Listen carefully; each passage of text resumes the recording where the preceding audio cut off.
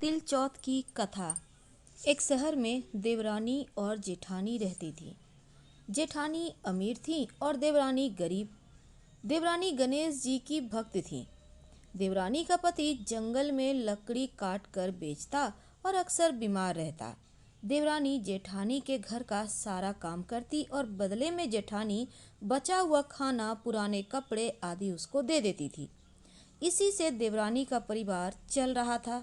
माघ महीने में देवरानी ने तिल चौथ का व्रत किया।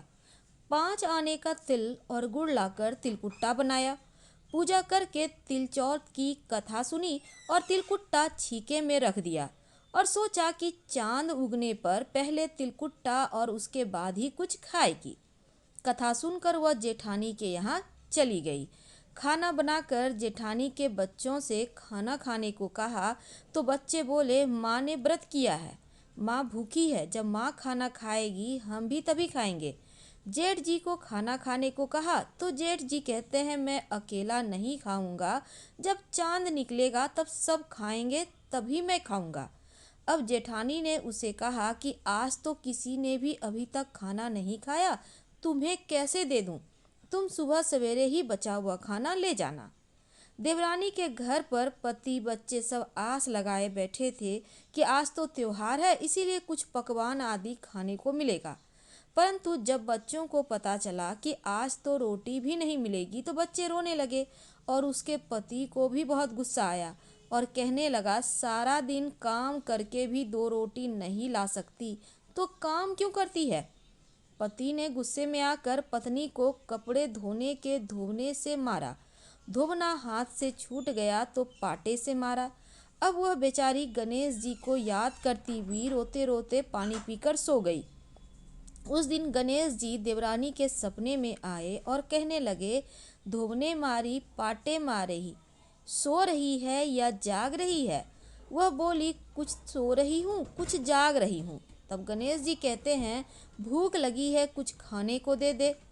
तो देवरानी कहती है, क्या दूं? मेरे घर में तो अन्न का एक दाना भी नहीं है। जेठानी बचा खुचा खाना देती थी, आज वह भी नहीं मिला।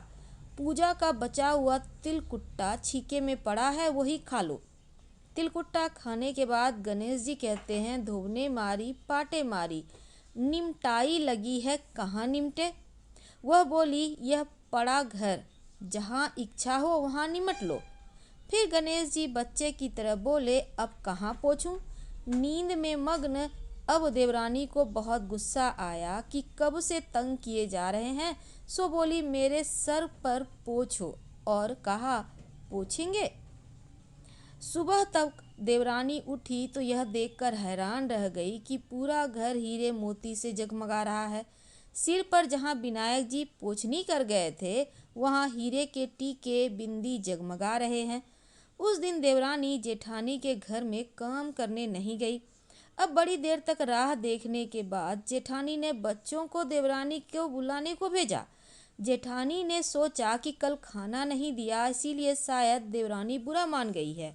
जब बच्चे बुलाने गए और कहते हैं, चाची चलो, माँ ने बुलाया है, सारा काम पड़ा है, तब देवरानी ने जवाब दिया, अब उसकी ज़रूरत नहीं है, घर में सब भरपूर है गणेश जी के आशीष से। बच्चों ने घर जाकर माँ को बताया कि चाची का तो पूरा घर हीरे मोतियों से जगमग हो रहा है। जेठानी दौड़ती हुई देवरानी के पास आई और पूछा कि यह सब कैसे हुआ। तब देवरानी ने उसके साथ जो कुछ हुआ वो सब कह डाला। घर लौटकर जेठानी ने अपने पति से कहा कि आप मुझे धोबने और पाटे से मारो। उसका पति बोला कि भली मानस, कैसे, कभी तुम पर हाथ ही नहीं उठाया, मैं तुम्हें धोबने पाटे से कैसे मार सकता हूँ? वह नहीं मानी और जिद करने लगी। मजबूरन पति को उसे मारना पड़ा। उसने ढेर सारा घी डालकर चूरमा बनाया और छीके में रख कर सो गई। रात को चौथ विनायक जी सपने में आए और कहने लगे, भूख लगी है, क्या खाऊं? जेठानी ने कहा, हे गणेश जी महाराज, मेरी देवरानी के यहाँ तो आपने सूखा तिलकुट्टा खाया था, मैंने तो झरते घी का चूरमा बनाकर आपके लिए छीके में रखा है। फल और मेवे भी रखे हैं, आप उनको खा लीजिए। बाल स्वरूप गणेश जी कहते हैं, अब निपटे कहाँ? जेठानी बोली, उसके यहाँ तो टूटी फूटी झोपड़ी थी, मेरे यहाँ तो कंचन के महल हैं, जहाँ चाहो निपट लो। फिर गणेश जी ने पूछा, अब पोछू कहाँ? जेठानी बोली, मेरे ललाट पर बड़ी सी बिंदी लगाकर पोंछ लो। धन की भूखी जेठानी सुबह सुबह जल्दी उठ गई। सोचा घर हीरे जवाहरात से भर चुका होगा, पर देखा तो पूरे घर में गंदगी फैली थी, तेज बदबू आ रही थी। उसके सिर पर भी बहुत सी गंदगी लगी हुई थी। उसने कहा, गणेश जी महाराज, यह आपने क्या किया? मुझसे रूठे देवरानी पर टूटे।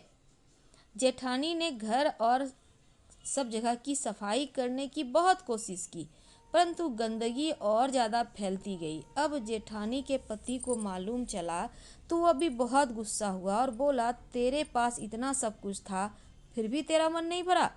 परेशान होकर चौथ के गणेश जी से मदद की विनती करने लगा। गणेश जी ने कहा, देवरानी से जलन के कारण तूने जो किया, यह उसी का फल है। अब तू अपने धन में से आधा उसे दे देगी, तभी यह साफ होगा।